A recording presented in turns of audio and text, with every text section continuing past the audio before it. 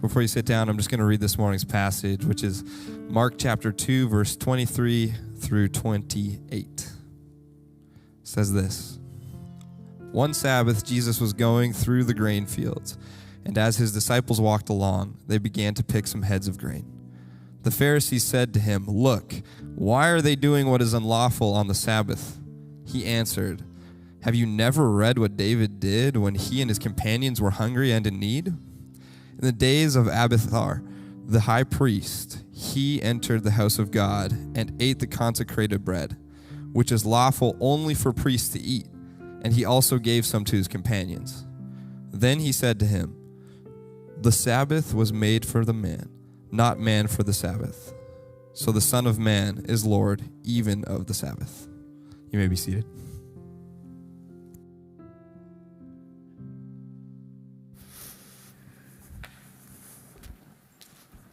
Well, good morning, everyone. Oh, good response. You must have had your coffee. It's good. Well, it's so good to be with you. Thanks, PK. My name's David. I'm one of the pastors here, and just a privilege to be with you, whether you're in the room or online. Man, we're just so glad you're here.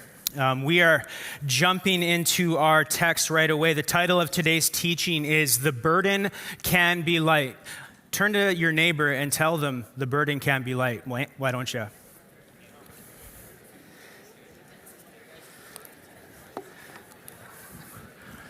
The burden can be light. The burden can be light. Now, why do we need to hear that today? Why do I emphasize that right off the top? It's because we live in a culture that celebrates productivity, rewards busyness, and fills every moment with noise and activity, and it's left us exhausted. It's left us exhausted. That's why we need to hear those words, the burden can be light. See, as a culture, we are living at such a frantic and frenetic pace. We have too little margin and too much overstimulation, and the effect is that it's hollowing us out from the inside. And we come in here on a Sunday and we are carrying the weight of the world on our shoulders. And sometimes we need to be reminded that it doesn't have to be this way, that we don't need to buy into the heavy burdens that the culture and the people around you are laying upon you, that the burden does not have to be heavy. It can actually be light. Amen. And today I want to show you how from this story, from the life of Jesus. And so if you haven't already, grab your Bible and get to Mark 2. We're going to start reading in verse 23. It says this: One Sabbath, Jesus was going through the grain fields, and as his disciples walked along, they began to pick some heads of grain. The Pharisees said to him, "Look, why are they doing what is unlawful on the Sabbath?" Now, this is the fourth time in chapter 2 where either a religious group or a group of people have confronted Jesus with a question about what he's doing and why. First, they confronted him about, why are you forgiving someone's sins? That's something that God alone can do. So why are you doing that? Then they confront Jesus about the people he's eating dinner with and celebrating with. Then they confront him about the spiritual practice of fasting. And in this story, they confront him about the Sabbath. They say, why are your disciples doing what they shouldn't be doing on the Sabbath? The Sabbath is a 24-hour period in Jewish culture from sunset on Friday to sunset on Saturday. It was a day where Israel ceased from work, a day where they delighted in God and the world God had made.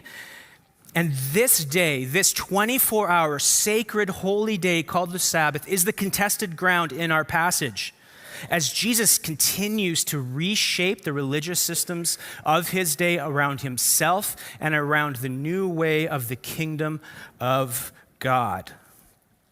Remember, Jesus has come and he has proclaimed good news. He's proclaimed the good news of God, that the rule and reign of God has come near in my person. that the rule and reign of God is breaking into the present moment, and it can be experienced by those who repent and believe in the good news. Jesus is not just proclaiming this message, he's embodying this message, he's demonstrating this message and this reality that something new is happening, and it's around him and this new way of the kingdom. This is the contested ground as the old ways rub up against the new way found in Jesus. Now, as we begin, take note of two things in verses 23 and 24. The first is that the debate about the Sabbath happens on the Sabbath. So they're actually living in this sacred and holy day when this debate breaks out. It says one Sabbath, Jesus was going through the grain fields. And so we're in the Sabbath, this sacred time of the week, and the debate about the Sabbath is happening. And what we need to know is that the Sabbath was the most important day of the Jewish week. It was not just any other day. It wasn't just like it was a normal day. It was different business. They saw the Sabbath as holy and sacred, a day that was foundational to who they were as a people. And for centuries, they had faithfully kept this 24-hour period where they rested from work to delight in God and the world that he had made. Now, to understand this, we need to do a little bit of a history lesson. So we're going to flip all the way back to the part of the Bible before Jesus, to the book of Exodus, one of the Old Testament books. Now, if you remember, the Exodus is about God rescuing his enslaved people and bringing them into a life with him. Israel had been in slavery for 400 years. Generation after generation after generation of this people had experienced slavery and were under the crushing burden of being enslaved. And after 400 years, one of the generations decided, we are not going to take this anymore. We're not satisfied with the status quo. And they get on their knees and they start crying out to God. It says they groaned out to God in their slavery. And God hears their prayers, and he responds.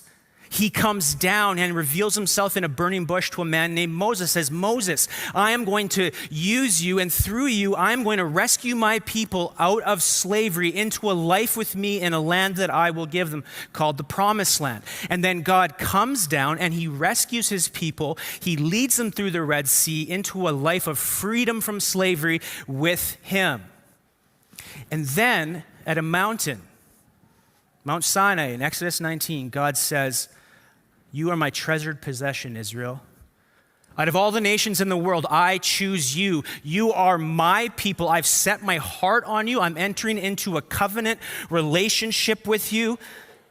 And then he gives his rescued people a set of instructions to define who they are and how to live in relationship with him and in relationship with one another.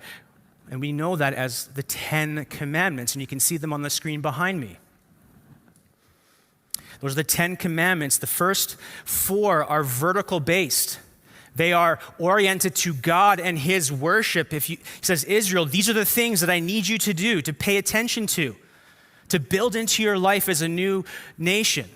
And then the rest of the commandments are horizontal in nature. They're about how Israel was supposed to relate to one another. And so God had given this as its like foundational kind of teaching about this is what it means to be my people who worship me and live in community with one another. And it's the 4th commandment that matters to us. And I'm going to read it. And it's fascinating because it's the longest commandment of them all. And it was almost like God knew that this one was so important that he wanted to give more instructions and understanding to his people because maybe they wouldn't grasp it right away. And so God says these words to his people. Remember the Sabbath day by keeping it holy. 6 days you shall labor and do all your work, but the 7th day is a Sabbath to the Lord your God. So this is a day dedicated to God. Okay, it's a special day, it's a holy day, it's sacred, it's dedicated to the person of Yahweh. It's important. On that day you shall not do any work, neither you, nor your son or daughter, nor your male or female servant, nor your animals, nor any foreigner residing in your towns. And here's the reason why God says. This is why you want to dedicate this day to me. This is why you want to practice the Sabbath. For in 6 days the Lord made the heavens and the earth, the sea and all that is in them. But he rested on the 7th day. Therefore, the Lord blessed the Sabbath day and made it holy.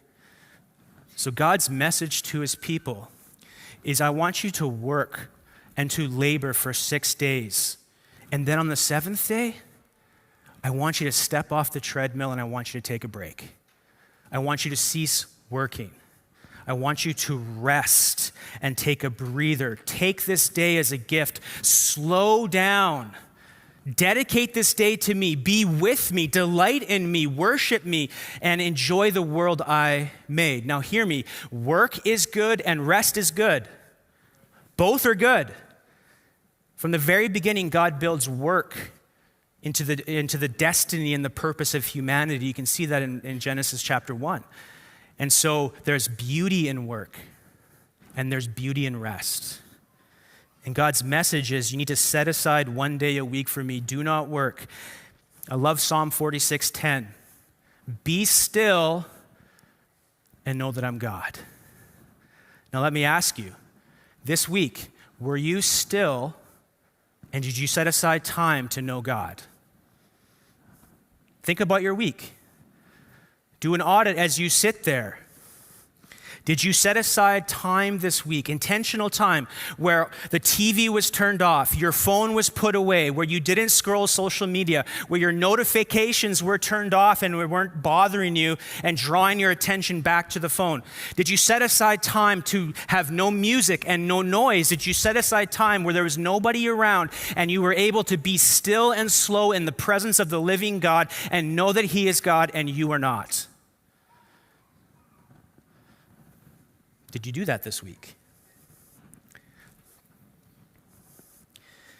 See, what I want us to see is that the Sabbath is more than just a command from God. It's a sacred rhythm that God has given to his people for their good. And that God has actually built this sacred rhythm of work and rest into the very fabric of the world that he created. We see this in the first book of the Bible, Genesis chapter 2. It says, thus the heavens and the earth were completed in all their vast array. By the seventh day, God had finished the work he had been doing. So on the seventh day, he rested from all his work. Then God blessed the seventh day and made it holy, because on it he rested from all the work of creating that he had done. So the story of God's activity in the world begins with God working, and then it ends with God resting. God's creating the trees, the stars, the mountains, the animals, night and day. He's putting the water in place. He's creating humanity. God spends 6 days working and creating, and then he finishes his work, and what does he do? Keeps working, right? No, he rests. Now, God doesn't need to rest. God doesn't get tired out. He doesn't get weary. He never sleeps. But this God ceases from work on the seventh day to enjoy the very good world that he had made. Cool, right? Well, maybe that's not so cool, but I think it's important. All right? It's very important. When God rests after 6 days of working, he built a rhythm of work and rest into the created order. And when he formed a ragtag bunch of ex-slaves into his treasured possession, he built that into who they were as a people, foundational to their identity and foundational to the rhythms of the way they were supposed to live in the world. And he said, you are my people. I've rescued you. I've saved you out of a life of freedom into a life with me, and you are to live differently than every other nation in the world. You are not slaves any longer, just destined to work yourself to the bone. You are my people, and my people have a rhythm of work, and they have a rhythm of rest. Work for 6 days, rest for one. This 1 day was so foundational to the identity of God's people. It shaped their life, their rhythm, and their identity for centuries. So when we come to this encounter between Jesus and this religious group called the Pharisees, we are not just talking about any other day. We are talking about a day that was one of the two defining factors of God's people in the world. One, the Sabbath. The second was circumcision. But by Jesus' day, The original goodness had become obscured by a list of do's and don'ts, by rules. Goodness had been replaced by what you do and what you don't do. And we see this in this encounter with the question they ask Jesus, why are they, the disciples, doing what is unlawful on the Sabbath? You circle that word unlawful. That's the concern. The Pharisees are concerned about what the disciples are doing and what they shouldn't be doing. Unlawful means what is permissible or not permissible or allowed according to rule or custom. Their concern is that the disciples are breaking the rules that were put in place. Now, their intent was good. Can I just say that? The Pharisees' intent was good. They wanted the Sabbath to be kept holy. They wanted people to follow God's commands. Their heart was good. Their intention was good. But the problem is that they had taken what's called these oral traditions.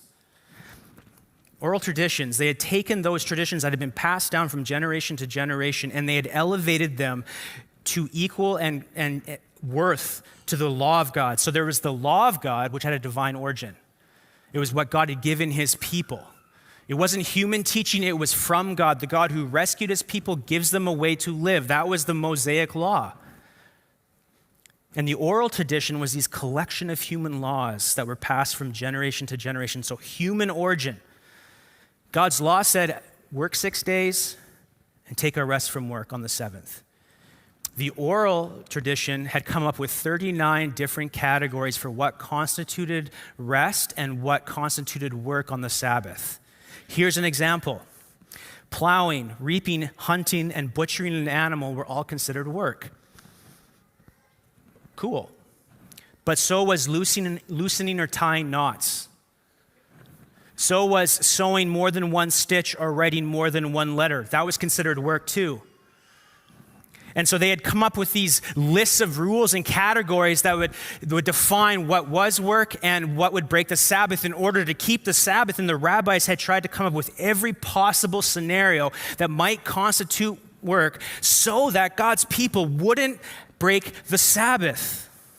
And so their intent was good, but they had elevated these traditions of humanity, placed them on a level with God's truth and God's law, and it shaped their religious life and outlook. And these traditions over time took over. They pushed out the original intention, and it became about a list of requirements that you needed to meet or not meet in order to keep the Sabbath holy. It became about what you did rather than a gift to receive. It became about everything else built around the goodness of the Sabbath instead of the actual Sabbath. So what we see here is rules have replaced rest. Rules have replaced rest. Instead of the Sabbath being a gift to enjoy, it had become a crushing burden placed on people who were already worn out and weary.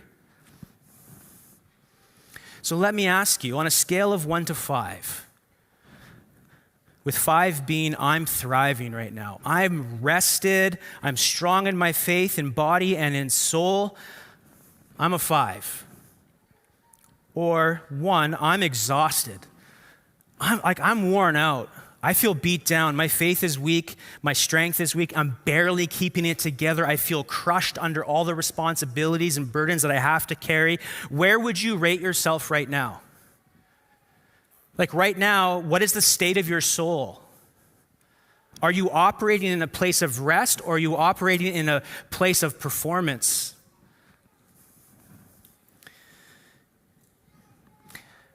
Now look down the road 5 years from now, based on where you are right now, and if nothing changes, do you like what you see?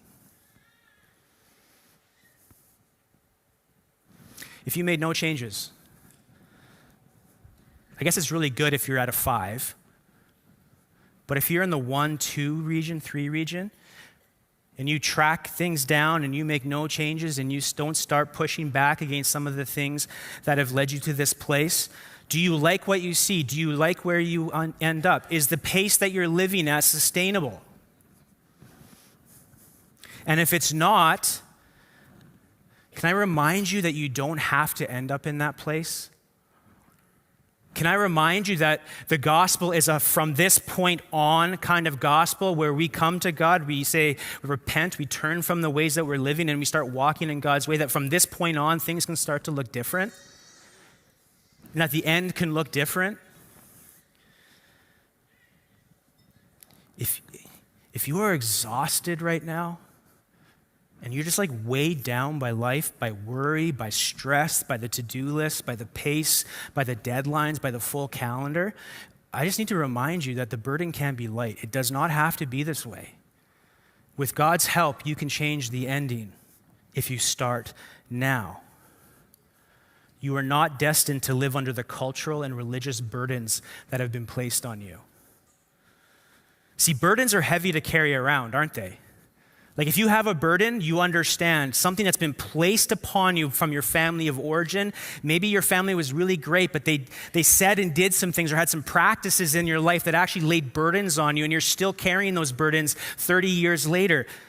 Burdens can come from a coach or a teacher or a moment or experience in your life where you were carrying that and you've been wearing that for so long and you've never shared it with anybody. And it's just this hidden burden that you just pick up every single day and carry like a 10-pound weight. Maybe 10 pounds is too light. 30 pounds, 50 pounds, 100 pounds, whatever you want to say. Burdens can come from expectations placed on you from your parents, from your friends, from your boss, from your coworkers. And the culture's burden that is placed on you is that your value is determined by what you produce. We lionize someone who owns 3 companies and is just about to be the world's first trillionaire because he sleeps 4 hours a day and he never stops working. Because we live in a culture that says your value is determined by what you produce, what you contribute, what you manufacture, what you create.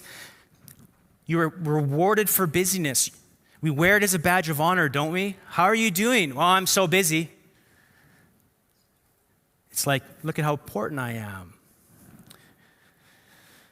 The pressure to achieve, to live at a pace that is not sustainable, to always respond, to always improve, to always keep moving, because we're going to get celebrated and rewarded for being busy in our world means that we are living our lives with a burden. We have little to no margin. We're overstimulated. We're always plugged in. We have no idea what it looks like to shut off. And we're constantly running from one thing to the next, overstimulated and rarely still, and wearing it as a badge of honor because that's what the culture says we're supposed to do. And the end result is we are exhausted and carrying a burden that God never meant for us to carry. But it's not even just the cultural burdens or the personal burdens that you carry. It's also the religious ones placed on you by religious people. See, one of the biggest reasons Jesus always seemed to bump heads with the Pharisees was because they were the religious police. They loved to nitpick. They loved to stand on the rules, and they missed the heart and the intention of what God had given his people. And so it's so easy when faith gets turned into religious rules and the pressure to keep them. And when you live on the treadmill of religiosity and the need to perform, so you always live up to the expectations of yourself or others or God, it's crushing. It's the endless life of striving. It's the endless life of striving. We can never do enough to live up to what God has said. And we're always going to have that off day where we fall short of our own expectations or the expectations of others. See, the cry of Christianity is not do more so you'll be loved. The cry of Christianity is it is finished. Done. Salvation is accomplished. Nothing needs to be added. Jesus paid for it on the cross. We live from a victory. We don't live to a victory. The cry of the Christianity is not do more and follow rules. It is finished. Jesus has paid your debt in full. He has risen from the grave, broken the power of sin and death. He now rules and reigns as creation's king.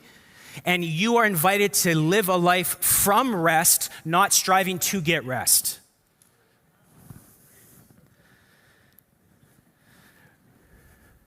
Religious people have a hard time resting in the finished work of Jesus because it's all about rules. You are being invited today to rest in the finished work of Jesus, to receive it, not try to earn it or prove you deserve it or try to keep it with your efforts. See, when the life of faith becomes performance-based, it becomes exhausting. And when the religious rule keepers get active, it crushes people. They come here and they say, look, they're breaking the rules. And Jesus says, hey guys, you're missing the whole point. This is not the way of the kingdom. Jesus had strong words for the Pharisees. I love feisty Jesus. Jesus can throw a verbal haymaker, right? Jesus says, don't fall into the way of the religious people. Matthew 23, verse 1 to 4. It's a beautiful verse. It's powerful. Jesus says to his crowds and his disciples, the teachers of the law and the Pharisees sit in Moses' seat. So you must be careful to do everything they tell you. So he's like, listen to their teaching. Like they are teaching. When they teach the law of God, they have authority. Listen to them. He's like, but do not do what they do. They don't practice what they preach. They tie up heavy, cumbersome loads and put them on other people's shoulders, but they themselves are not willing to lift a finger to move them. Come on, feisty Jesus. Why is he so mad? Well, he's mad because the religious people are hypocrites. They teach and say all the right things, but they don't practice it. And what they do is they place burdens and expectations on people who cannot, because of life, somehow are not living up to their expectations. They place burdens on them and they do nothing to lift the burden and care for them. That's why Jesus is so mad. Religious people lay burdens, but Jesus, my friends, comes to offer rest. Are you carrying a heavy burden today? You don't have to. The burden can be light. Look at how we can know the burden can be light. Jesus responds to their question with a story and a statement in verse 25 to 28. He starts with the story in verse 25 to 26. He tells a story about the most famous king in Israel's history, King David. And he tells a story about how David has been anointed king, but there's this period between when David was anointed, when he actually ascended to the throne, where he was an outlaw and he was being hunted by the king he was replacing. And during this time, he's in the wilderness and he's living in caves and he's scrounging for food and he's so hungry, and his companions, the people with him, are so hungry. They go to the house of God, to the tabernacle, and they see the high priest and like, do you have any food for us? And the high priest has nothing but the 12 consecrated loaves of bread, which they would bake to represent the 12 loaves of Israel, fresh and put on the altar every Sabbath. And only the priests could eat it. What would you do if David and his companions came in and said, we're starving, we're being hunted? Well, this priest, guess what he does? He gives them the bread. He gives them the bread. And David distributes the bread to his men to eat. So here's why Jesus tells the story. Number one, Jesus is drawing a comparison between himself and his disciples and David and his companions. And saying that human need at times is going to supersede the rules and regulations. He's also saying that I am the son of David. I am the greater king that God promised to David. Remember, David had been given a promise that one of his ancestors was going to come, that he would be the Messiah, and that the Messiah would establish a never-ending kingdom and sit on a royal throne forever. Jesus is comparing himself to David and his companions and saying, I'm the greater David. I'm the Messiah. This is my new community. He's drawn a direct line between him being the king and being the Lord of the Sabbath. And this is how Jesus ends. He declares himself the Lord of the Sabbath and reminds us that we were created to receive the Sabbath as a gift from God. Look at what he says in verse 27. The Sabbath was made for man, not man for the Sabbath. So the Son of Man is Lord even of the Sabbath. Jesus' point is that the Sabbath is a gift to receive from God. that God originally gave the Sabbath to his people in order to meet their needs. The Sabbath was not and never was meant to be about people meeting some requirements of what did or did not constitute work. God, from creation, built this into the rhythm of life to say, I know how humanity works best. They bear my image. I know how the world works best. You are not a machine. You need to rest like the one you are made in his image, right? So the Sabbath is to be a day of rest. It was to benefit humanity, not crush them. Jesus is saying, look, the Sabbath was never meant to be a heavy yoke, a heavy burden being placed on people. It was meant to lift the burden that was placed on them the other 6 days of the week. It was meant to help them flourish and thrive. This was God's intention, but it's become obscured by the lists of do's and don'ts. The problem, my friends, is not whether you practice the Sabbath or not. It's that there has been rules attached to it that cause you to miss the good gift that God is wanting to give you. And so Jesus is saying the Sabbath is a gift to receive and a rhythm to inhabit. I love what a pastor in New York says. He says, the life we long for is not something we discover or invent or declare to be true. The life we long for is something we receive. That is completely countercultural, is it not? The life you are looking for is something you receive from God through faith in Jesus. That God speaks over your life, it is finished, and you can find rest in that.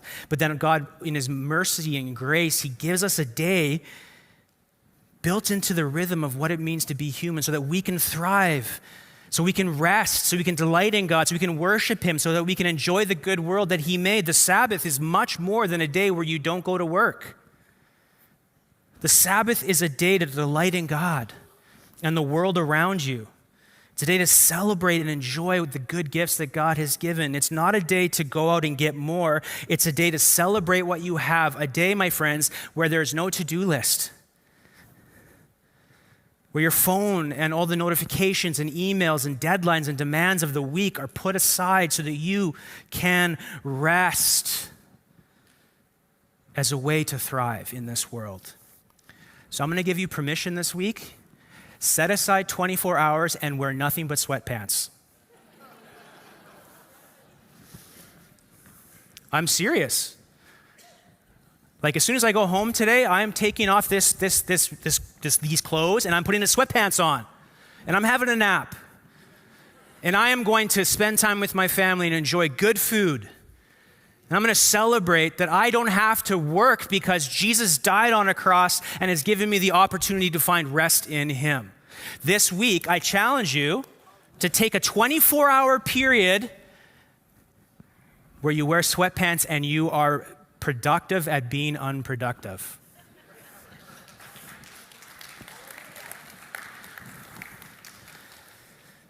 And if you can't do a full 24 hours, start with practicing mini Sabbaths. End your day by taking 1 hour to be in the presence of God in stillness. Turn your phone off, put away the TV. Spend 1 hour at the end of the day where you are just with God and you are enjoying him and delighting in him.